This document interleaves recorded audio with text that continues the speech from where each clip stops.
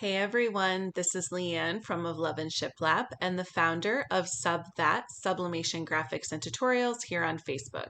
If you're joining us on YouTube, please be sure to come join our Facebook group where all of our videos air live before they're added to our YouTube channel unedited. And of course, if you're catching us live on Facebook, don't forget to subscribe to our YouTube channel. Those links are in the video description depending on where you're watching.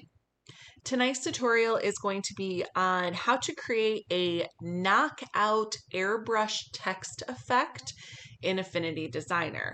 This specific tutorial is brought to you by a request from one of the members in our group last week, and I wanted to make sure I covered it pretty quickly because I know that this may be something that you guys are attempting to achieve, and that sometimes written directions are not the easiest to follow for this type of effect.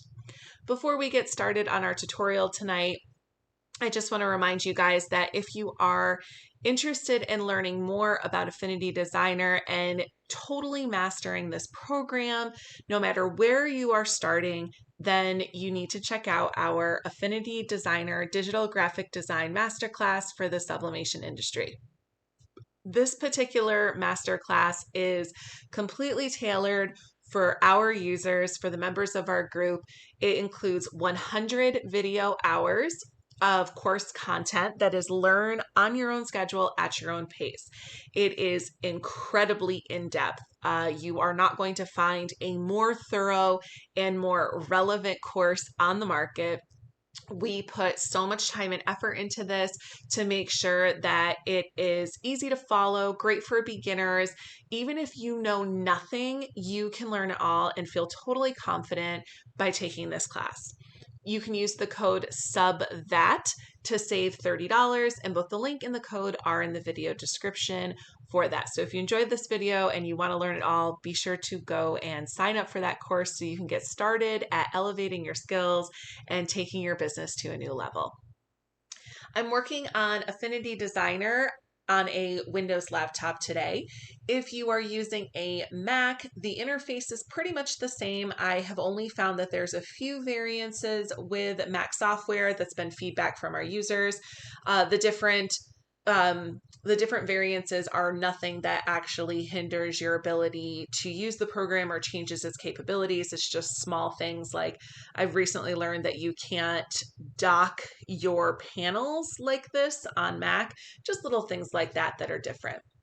If you happen to be using the iPad version, we don't actually cover iPad in this group, but you can find just basic overviews of where tools are laid out on the iPad version via the Serif website. For the most part, the steps are still going to be the same, even though your interface on an iPad looks a little bit different. Let's go ahead and get started. We will start by selecting File and then New and opening up a new document space. Now, I'm going to go ahead and just go with my standard clip art size, which is 3600 pixels by 3600 pixels or 12 inches by 12 inches or whatever document unit you prefer to use. You can set your size and document units under this layout panel. And once you're ready, just go ahead and select Create. Now we're using a document, we're not using an artboard. Artboards do serve a completely different purpose. For what we're doing today, a document is going to work out perfectly. I'm going to start by importing a reference graphic so you guys know what we are trying to do. And hopefully if you're looking to do something that follows similar steps but is a different result, you'll be able to see how we're going to break down this picture from this video. So I'm going to select my Place Image tool and I'll go ahead and grab this graphic that was shared in SubThat.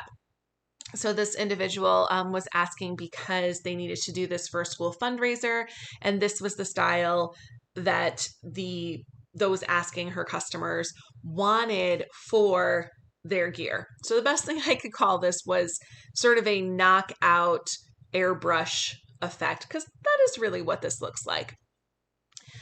Something like this can be created a couple of different ways in Affinity Designer, and I'm going to show you two primary ways that you can do this, one in the designer persona and one in the pixel persona.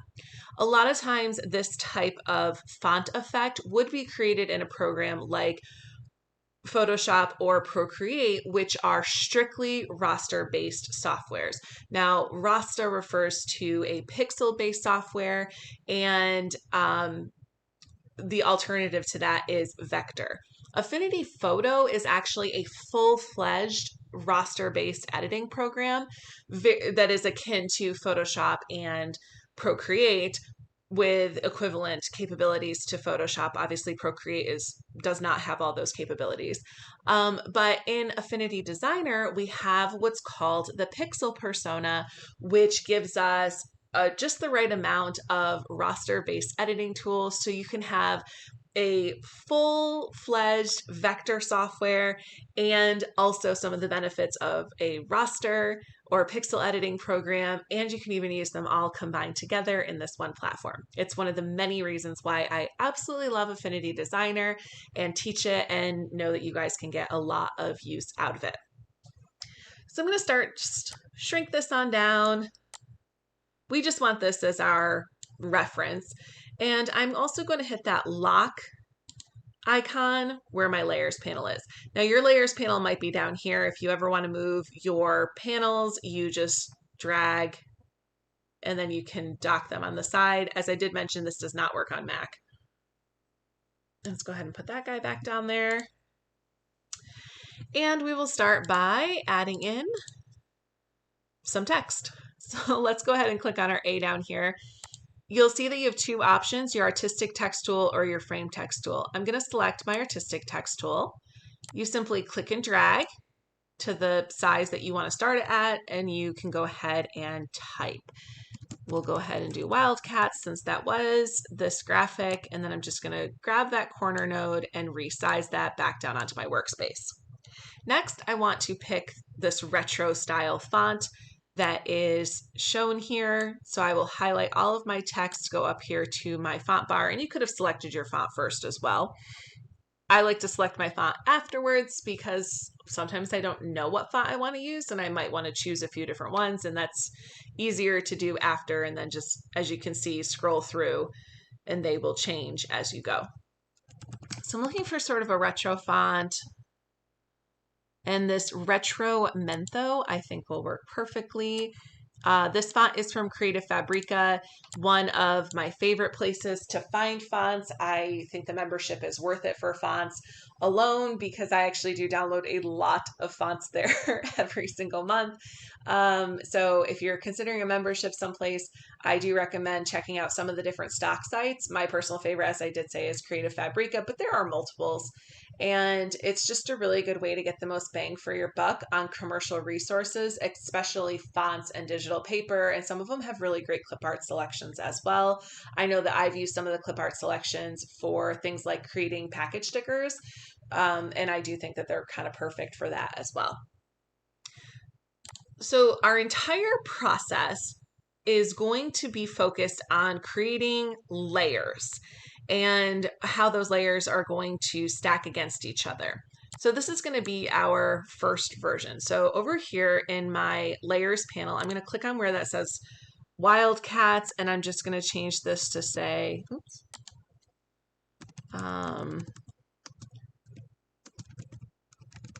you can just call it layer 1. Now I'm going to right click and duplicate this. You can also use Control or Command J, and then I'm going to change this to layer 2. The top layer is going to be knocked out of all the other layers that are below it. If we look at our Wildcats down here, we see that we have a nice solid border. Now you can do this with your knockout layer if you use the outline option, not the stroke option. So let me just show you the difference between those two really quickly. If we click over to our color tab and I select that open circle, this is going to be my stroke color. So let's just say I make this blue so that you guys can see it. Now I'll select my stroke panel and I will just stretch that out. As I add weight to my stroke so that you can actually see it, you'll notice that it cuts through these letters. It individually adds your stroke to each letter. Now, you can always choose to convert to curves and then weld all your letters together. if you want to, but I never do that because if I create a text effect like this, I want to be able to use this in the future. So I don't want to weld all my letters together because then I won't be able to just quickly change the word later on and keep all of the layer effects together. When you use a stroke, it applies it on the outside of each individual letter. So if we get rid of that stroke, now let's go over to our effects panel and look at outline. When you choose an outline, let's make this one blue as well. When you choose an outline, it actually goes on the outline of your whole text. So for this particular project, outline is what we want. So we are going to bring that down. We don't want it to be super thick, but I think about that much weight is going to be good. Now, over on my color tab, I'm going to remove that stroke color. My fill is set to black, but we are going to change our blend mode to erase. So I'm going to select my blend mode options, which underneath your layers panel, this tab here that says normal, this is where your blend modes are. So I'm going to scroll down and I'm going to select erase, and you'll notice that it has knocked out. Now the erase function will apply to your color and stroke, but it will not apply to your outline effect. So there is a difference also there between using stroke and using outline. Outline is the one that you want to use. Now let's go ahead and take a look at that second layer that we created. Currently, we cannot see anything about our second layer because it's being knocked out by that top layer that is set to erase. Whenever you're doing anything in Affinity Designer, keep in mind that where your layers are in your layers panel is the top of your layers panel is on top of whatever layers are below it. So if we were to select both of these and move it over top of that picture down here in the corner, because that picture is below it in the layers panel, it's going to knock it right out of that. Put those back up here just so we can work with them. So let's grab that second layer. First, I'm going to just grab my first layer and go over to effects and select my outline and make it black. I just made it blue so you guys would be able to see it better. So we'll get it over to black, and then we'll switch back to our layers panel and select that second layer. Now with our second layer, what we want to do is start by adding a stroke. And the stroke is just going to serve to add some depth to that layer that we'll be able to manipulate and give it a better shadow look. And the reason why we're doing this is because if we were to just go to the effects panel and use the outer shadow option, we would not be able to get the same thickness. So we'll help that by just using the stroke first. But I am going to need a third layer, so I'm going to right click and duplicate that and select that last one and hit 3. So let's select layer 2. Click on your color panel, choose the open circle and fill it with black. Then select your stroke panel and you can add some width to it. We're looking to add enough width that it fills in most of the space in between these letters. So see how we're filling in all that space? That's what we want. Now we're not going to leave this like this because this is very thick. Instead, what we're going to do is we're going to drag that layer down at just sort of adjacent to our top layer so we can get that shadow effect that we're looking to create. So I'm bringing it down and I'm also bringing it over to the right side of my screen. So see, we're going in this direction. And the reason why I'm doing this is because we're trying to create that shadow offset look. So you see here what I'm talking about, where it's thicker on the right side and on the bottom and thinner on the left side of all of our letters and the top. You can tap this around with your arrow keys or move it around with your mouse until you are comfortable with where it lands. Now, with that layer 2 selected, we're going to select our effects panel. And this time we're going to choose Gaussian blur from our effects options. Now this is going to add a blur to that layer, which is what we want to sort of create this airbrush-like look. You can choose to manipulate that blur by using the slider that is here. Now I don't want it to go too far because there comes a point where it just sort of looks fuzzy instead of like a shadow that we want it to. So I'm going to do it about 12.9. I want it just enough that it's getting that fuzz, and we're going to add a shadow to that third layer to kind of balance it out. Now, the reason why I don't want to add a shadow to the second layer, let me grab that again, is because if we select on outer shadow and then do that, our shadow is going to be blurry also, and we don't want every layer blurry. We want to sort of crisp out our edges, and we'll do that just by using a third layer. So we've got our Gaussian blur set here, and we can always decrease the stroke if we feel like it's a little too much, or increase it. Basically just eyeballing it to get it for the look that we want for that knockout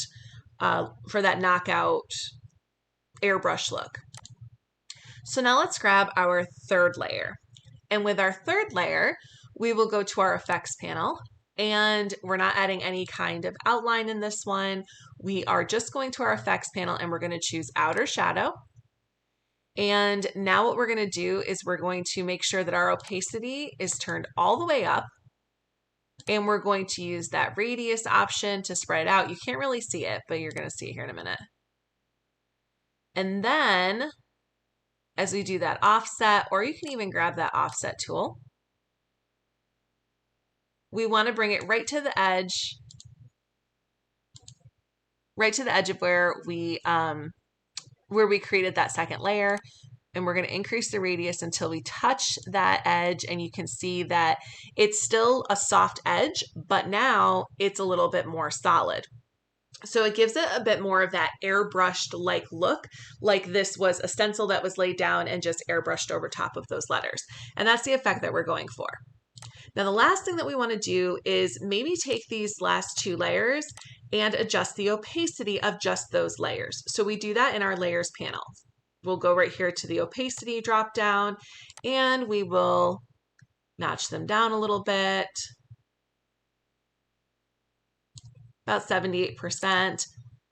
I think that the third layer is actually fine because you'll notice that our shadow from that third layer is creating a nice gradient effect right in around these letters, and I kind of really love that. But if you don't, you can also adjust the opacity there as well. I think I'm going to leave mine that way. Now, the last thing that you want to do is if you want to be layering this text over something else, for example, we have this picture down here. If we slide that up, it's going to knock it out of that picture, which is of course not what we want. If you want your knockout layer, so that top layer that we set to erase, to only apply to certain layers, then you just simply need to click and drag and select all of the layers that you want, or individually select them in the layers panel by holding down your Control or Command key, and then right click and group. Now, if we were to take that reference graphic and slide it under, now it's not knocking it out of the graphic because it's created it just through this text layer. So that is creating that knockout airbrush effect in the designer persona of Affinity Designer, which is your vector persona. It's the main workspace of this software. Before we switch over to our pixel persona, we need to go ahead and create another knockout wildcats layer. So we will start by clicking on our artistic text tool, make sure we have a color fill, and then we will simply click and drag to start a new text box, and we will once again type in wildcats. Helps if I spell it correctly. And I'll just grab that corner node to resize this a little bit. You also could have just duplicated the layer we already created, but it never hurts to recount those steps. We are going to select our blend mode panel. So that's layers panel, and our blend mode menu is where it says normal with the drop down. We're going to go all the way down to erase, and then we're going to select our effects panel, and we're going to select an outline and increase that radius so that we have an outline for that nice solid border that we're looking to have without our shadow. Now let's click over on our pixel persona. Now the pixel persona allows you to use all these different raster-based brushes, and raster-based brushes are, what everyone loves because they offer so much versatility in what you can create. Me, even with just a handful of raster brushes, I have so many. I have a whole watercolor brush set, which gives you different types of strokes and splatters and sprays. I use those a lot. This xenon set that you see here, this is like lens flares and sparkles and stardust. Again, I use those a lot. This one that's all dots is, I think it's literally, just different types of dots, which are really cool for shading. And then I have, tattoo texture brushes, shading brushes, a snowflake brush, glitter and confetti brushes, texturizing brushes. I've used a lot of different brushes in tutorials, and it always just kind of depends on what I'm trying to create. And of course, I use a lot in my artwork as well. Now, in the Affinity Designer masterclass that I mentioned, for the most part, I do stick with just using brushes that come in Affinity Designer, but I do reference these different brushes that you can use both in the vector persona and the pixel persona. And there's also chances to win them throughout the whole course. So good times there. But anyways, what I'm going to do is I want to use sort of a dusting spray brush, and I'm going to create the same kind of look. I'm just going to do it by hand. So the first thing that I need to do is add a pixel layer in my layers panel that's going to be below my Wildcats layer. So I'll do that by selecting this little checkerboard down here in the bottom. And if you hover over, it says add pixel layer. And then I will just drag that down in my layers panel below Wildcats. You want to make sure that you see this full rectangle whenever you drag something below, and you want it to actually be below. And we will rename this one. And we'll rename that first one just for consistency. So you want to make sure that you have layer 2 selected. It should say pixel in parentheses next to it. And then you're going to come over here to your paintbrush tool. And we're going to go to brushes, and we're going to look for one that is an airbrush effect. So if we go to sprays and splatters, these are brushes that already come with Affinity Designer. And we're going to look for one that is airbrush, which I believe is these first couple of ones. So we could choose 2 or 3, kind of depends on how much texture you want. I'm going to go with 2. I think that one will probably work best.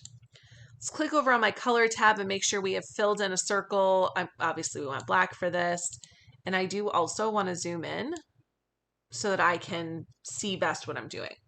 Now, based on my nozzle, I think that this is a little bit too small. So let's come up here to width, and let's try maybe 200 pixels. Okay, I think that might work better. Now, we're going to basically follow the same area that this is shading here. So we're going to focus on a little bit thicker along this edge on the bottom, all the bottoms here, and then thinner on these tops, and then thicker in here. And we'll just start with our W. Actually, I need to zoom out just enough so I can kind of see these next to each other. Okay, so when you're using your brush tool, you're really just clicking and dragging. And I do recommend that if you have a touch screen, that you invest in a stylus. Stuff like this is so much easier in this particular persona if you do have a stylus. You do want to make sure that you are keeping your mouse key held down, and you're really just gonna go around it and back and forth, just like you would if you were adding shading with an airbrush. I love the versatility of raster-based brushes strictly for this reason, because you can really just sort of build them out and keep building on your layers. I'm just going to kind of do this one again. You kind of keep building on those layers so that you get that nice full look and make it look more realistic. So I really want to bring out that bottom. So I'm just going to kind of go around again.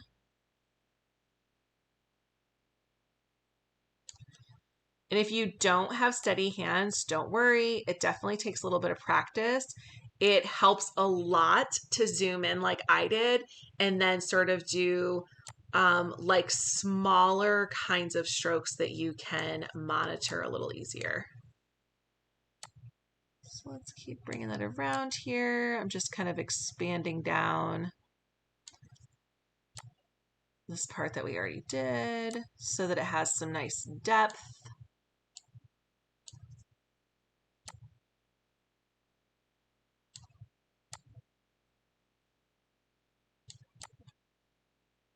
And we're just following those letters. Nothing too strategic otherwise. All right, and now as we're coming around this S, we are going to go thicker on this left side because remember when we did our layers here, we shifted it over to the right and down. So we're already built out our down portion, and now we're just focusing on that other side.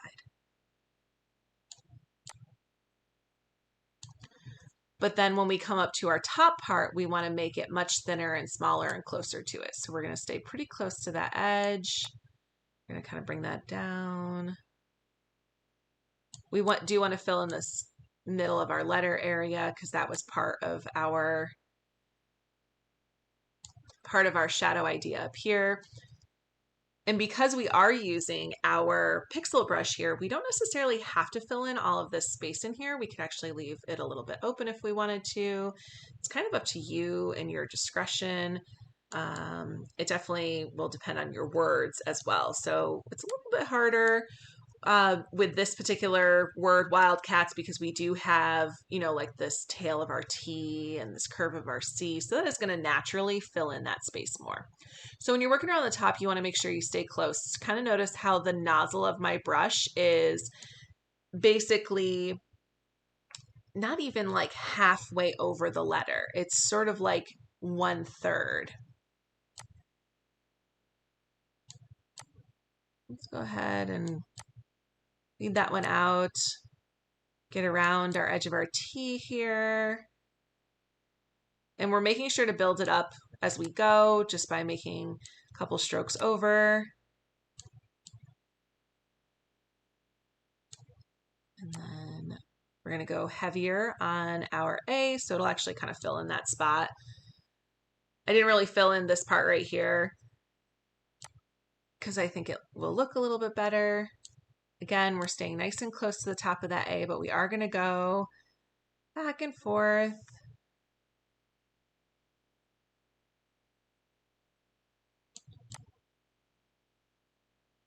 Because we want to build up that shadow, and we will fill in this. Now the edge of our C, because it's on that right side, that's where we're going to make this nice and thick.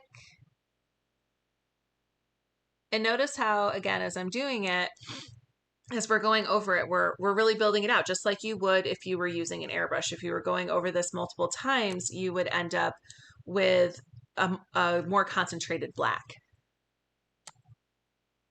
So let's go ahead, keep on working around. We're almost done.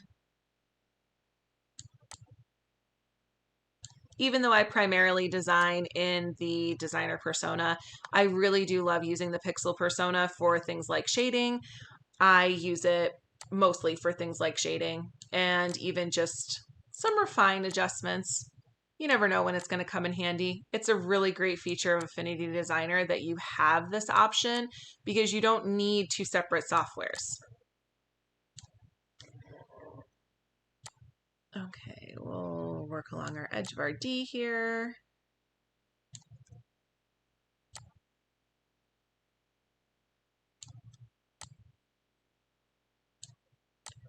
And fill out that part. And then again,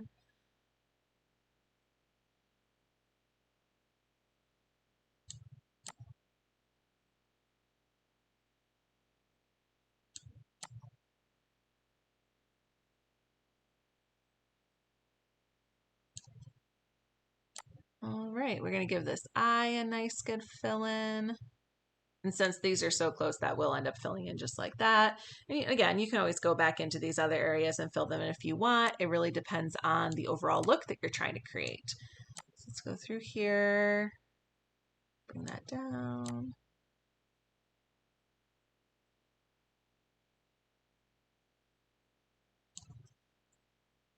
And you notice how we're already getting that soft edge look that we would want if this was supposed to have that airbrush look. So that is great. And we'll go ahead and make that nice and thick. Taper it off around that top edge. Bring it down on the other side. If you're using an iPad, this sort of thing does come off a little bit easier as well because, again, you probably have a stylus or an Apple Pencil.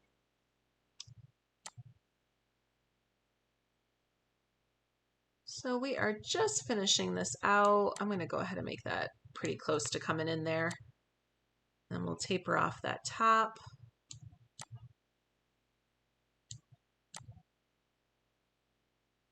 And then we need to bring down the bottom here like that. And this left side would have been filling in. And I think we just need to kind of taper that up just a little bit. All right. So let's zoom out and see how we feel about our new one. All right, I'm pretty happy with it. Like I said before, you could go in and you could choose to fill in some of these other areas if you wanted to. It would just depend on the effect that you are going for. Always make sure that if you're working in the pixel persona and you're trying to add to a layer, that you do actually have your pixel layer selected. If you don't, Affinity Designer will automatically create a layer, and that layer might get nested inside of another layer, which is not necessarily what you want. Now, my top one is a little bit thicker, so I could actually go all the way around our edges and stuff here and the bottoms and thicken this one out as well. Because we used an airbrush brush, an airbrush brush option in our pixel persona of Affinity Designer, we don't have to do any of that stuff like add a blur, but we could choose to lower the opacity if we wanted to. I mean, even just lowering it like to 95% gives it a little bit more of that look like we were originally going for. And just as you did with the top one, you want to make sure that you click and drag to select those layers and right click and group them together so that that knockout layer will only apply to the pixel layer that you created. So two different ways to create that knocked out of an airbrushed look for text. This is a great text effect to use for anything. School logos is great. That's of course what our original poster was asking, but you might find other uses for this as well, especially if you're into that like airbrush beach design, which is really popular. You can do a lot of that with this effect. You can add different colors. You could add rainbow overlays, incorporate digital paper, really anything that you wanted. So totally versatile, sky's the limit in terms of what you can do. And here's two different ways to do it depending on how you want to approach it. Now there's always tons of different brushes that you can play with if you're in the pixel persona of Affinity Designer, and there's tons that you can purchase online. So if you're doing a project like this, don't hesitate to try out some of the different brushes that are available and see where they take you. I spend a lot of time choosing different brushes for different projects, and I'm always impressed at the new things that I learn. So that's about it for this. If you're ready to export this so that you can actually go ahead and print it, we'll click back over to our designer persona, select your group of your text that you have, go to File, Export, choose the PNG option, and select Selection Only. And that will export just what you have created, and we'll just call this Wildcats Airbrush 2 or 1. And we can do the same for our second one. Go to File, Export, and choose Selection Only. That way you'll only be getting the layers that you have selected. You won't be getting the background, which ours is transparent, so that's fine. And you won't have to worry about any dead space around your element. So choose Selection Only, hit Export, and Wildcats Airbrush 2. Now this is ready for us to import those PNG files, size them, and print them for whatever uses that we need. As you can see, this was pretty easy to follow. There's not a ton of steps. That's one of my favorite things about Affinity Designer. As a program that's built from the ground up, it has managed to streamline so many steps and make this incredibly user-friendly. If you enjoyed tonight's tutorial, I hope you'll check out our other free tutorials under the Affinity Designer playlist and guide in our group or on our YouTube channel. And don't forget to check out that link for the Affinity Designer Digital Graphic Design Masterclass for Sublimation if you just want to learn it all and be a master. Thank you so much for joining us, and I hope you guys have a great rest of your day.